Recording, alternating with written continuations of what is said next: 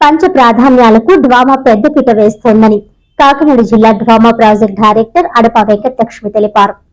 ఈ సందర్భంగా ఆమె కాకినాడలోని డ్వామా కార్యాలయంలో మీడియాతో మాట్లాడుతూ ఈ ఏడాది డ్వామా ఆధ్వర్యంలో పంచ ప్రాధాన్యాలను నిర్వహిస్తున్నట్లు తెలిపారు.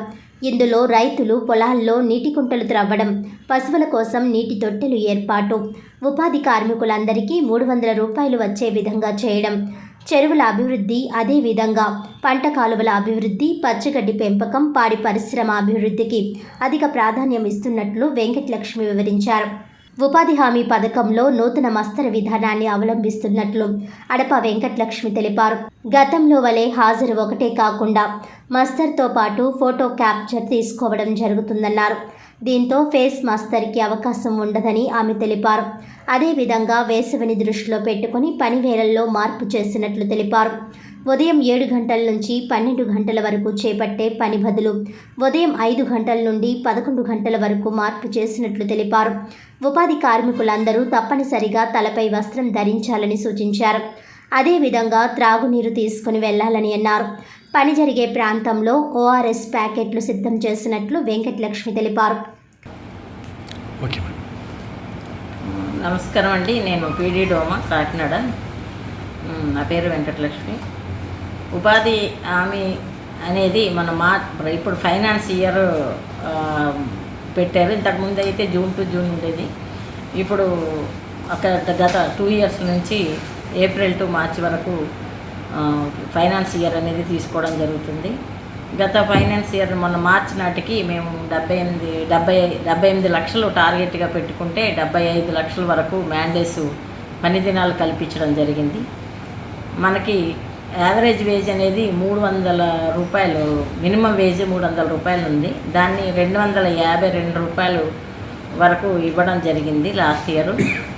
ఈ సంవత్సరం మళ్ళీ మనకి అంతే, ఈ సంవత్సరం మళ్ళీ ఒక 7 రూపాయలు మినిమం వేజ్ పెరిగి 307 రూపాయలుగా మనకి గవర్నమెంట్ ఆఫ్ ఇండియా డిసైడ్ చేయడం జరిగింది. ఇప్పుడు 307 రూపాయలు వాళ్ళు చేసుకున్న పనిని బట్టి వేతనం రావడం జరుగుతుంది.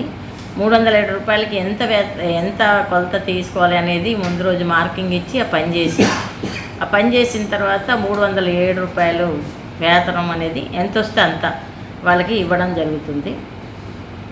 గతంలో మనకి మస్తరు ఒక్కటే ఉండేది, అలాగే తర్వాత ఫోటో క్యాప్చరు కూడా ఉండేది. ఇప్పుడు ఫోటో క్యాప్చర్లో కొంచెం మార్పు, టెక్నికల్ మార్పు అనేది చేయడం జరిగింది.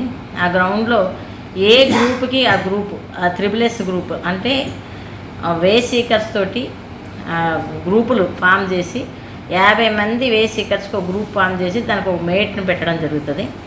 ఆ మేట్ అనేవారు 50 మందిని మొబిలైజ్ చేసి పనిలోకి తీసుకెళ్ళడం, ఆ రోజు చేయవలసిన పనిని మార్కింగ్ ఇచ్చి చేయించడం.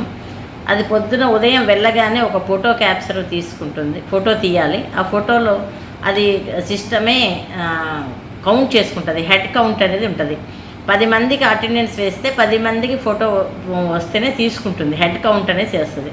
అందులో ఒకళ్ళు తక్కువ వచ్చినా ఒకళ్ళు ఎక్కువ వచ్చినా అది తీసుకోదు క్యాప్చర్. ఇది ఒకటి పెట్టడం జరిగింది ఈ సంవత్సరం నుంచి. అలాగే ఐ బ్లింకింగ్ ద్వారా ఫోటో తీసుకుంటుంది. ఇది మార్నింగ్ వెళ్ళగానే ఒకసారి ఫోటో తీయడం జరుగుతుంది. అలాగే మధ్యాహ్నం వర్క్ అయిపోయాక బయటకు వచ్చాక ఒక ఫోటో తీయడం జరుగుతుంది. ఈ విధంగా ఈ మస్తరు మానిటరింగ్లో కొంత మనకి ఒక డిఫరెన్స్ అనేది ఈ సంవత్సరం పెట్టడం జరిగింది. దానివల్ల మనకి ఫేక్ మస్తర్లు పడ్డం కానీ బయట ఉన్న వాళ్ళకి మస్తర్ వేసే అవకాశం కానీ ఉండదు. కంపల్సరీ ఎవరైనా ఫీల్డ్లో ఉంటేనే వాళ్ళది ఫోటో క్యాప్చర్ ద్వారా మాత్రమే మస్తర్ వెళ్తుంది. ఇది ఆ మేట్ అనే వాళ్ళు చేస్తారు. ఎంతమంది మేట్లు, ఒక ఫీల్డ్ అసిస్టెంట్కి 4-5 మేట్లు ఉండొచ్చు. ఆ మేట్లు అందరినీ ఫీల్డ్ అసిస్టెంట్ సూపర్వైజ్ చేసుకుంటాడు. దీంతోపాటు మాన్యువల్ మస్తర్ కూడా ఉంటుంది.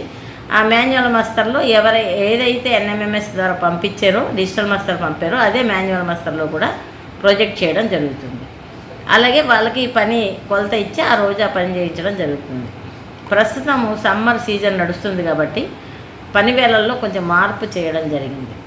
ఇంతకుముందు 7-8 గంటలకు వెళ్ళి మధ్యాహ్నం 12 గంటల వరకు చేసేవారు. ఇప్పుడు ఎండ తీవ్రత ఉన్నామన్న మార్నింగ్ 5 గంటల నుంచి 11 గంటల వరకు లోపల పని పూర్తి చేసుకొని బయటికి రావాలి.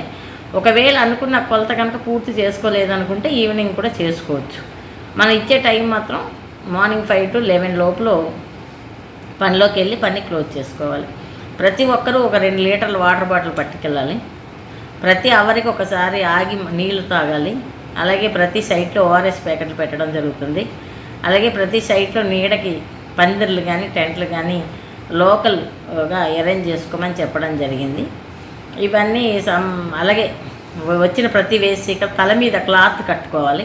అది తువ్వాల ఉండొచ్చు, ఏదైనా సరే. ఒంటి మీద బట్ట లేకుండా పనిలోకి రాకూడదు. కంపల్సరీ ఫుల్గా ఒంటి నిండా బట్ట వేసుకొని రావాలి. ఎందుకంటే ఎండ వేడి అనేది శరీరం తగలకుండా చూసుకోవాలి. ఇటువంటి జాగ్రత్తలు తీసుకుంటూ ఈ సమ్మర్ అంతా పని చేయాలి. ఇవి కూడా మనం ఫీల్డ్లో చెప్పడం జరిగింది. ఇప్పుడు మనకి ఈ సంవత్సరం పంచ ప్రాధాన్యాలని ఒక 5 ప్రాధాన్యాల వర్కులు మనకి ఇవ్వడం జరిగింది. ఒకటి, రైతుల పొలాల్లో నీటి కుంటలు తవ్వడం, ఫామ్ పండ్స్ అనేది తవ్వడం ఒకటి. అలాగే ఏప్రిల్ 10 లోపులో ప్రతి గ్రామంలో పశువులకి నీటి తొట్టెలు నిర్మాణం చేయడం అన్నది ఒకటి. ఈ కంపల్సరీ ఏప్రిల్ 10 లోపల ప్రతి ఊర్లో పశువులకి నీటి తొట్టెలు నిర్మాణం చేయాలి. తర్వాత ప్రతి వేజ్ సీకర్కి 300 రూపాయలు వేజ్ వచ్చేటట్టుగా చూడాలి. అలాగా వాళ్ళకి మెజర్మెంట్ ఇచ్చి వర్క్ చేయించాలి. నాలుగోది, ఆ గ్రామంలో ఉన్నటువంటి ట్యాంకుల అభివృద్ధి, అంటే చెరువుల అభివృద్ధి అనేది చేపట్టాలి. అలాగే ఆ గ్రామంలో ఉన్నటువంటి పంట కాలువల అభివృద్ధి కూడా చేపట్టాలి. ఈ 5 పనులు మనకి స్టేట్ గవర్నమెంట్ నుంచి పంచప్రాధాన్యాలు ఈ 5 రేపు జూన్ వరకు చేయమని చెప్పడం జరిగింది. మన జిల్లా యొక్క ప్రాధాన్యత, మన జిల్లా కలెక్టర్ గారు కొత్తగా ఇన్స్ట్రక్షన్స్ ఏంటంటే ఈ పశువులకి పచ్చగడ్డి పెంపకం, ఆ పచ్చగడ్డి పెంపకం కూడా ఒక పంచాయతీకి మండలానికి ఇంతని టార్గెట్ ఇచ్చి ఆ రైతులను మొబిలైజ్ చేసి పచ్చగడ్డి పెంపకం కూడా విరివిగా జరిగి పాడి పరిశ్రమ అభివృద్ధికి కూడా, అంటే ఆల్రెడీ మనం పశువులకి ఒక షెడ్లు కడుతున్నాము, దాంతోపాటు పచ్చగడ్డి పెంపకం కూడా జరిగినట్లయితే పశు గణాభివృద్ధి జరుగుతుంది అనే ఉద్దేశంతో అది కూడా టార్గెట్ ఇవ్వడం జరిగింది. ఈ 6 ప్రాధాన్యాలతోటి ఈ సంవత్సరం జూన్ వరకు మనం ప్రణాళిక సిద్ధం చేసుకోవడం జరిగింది.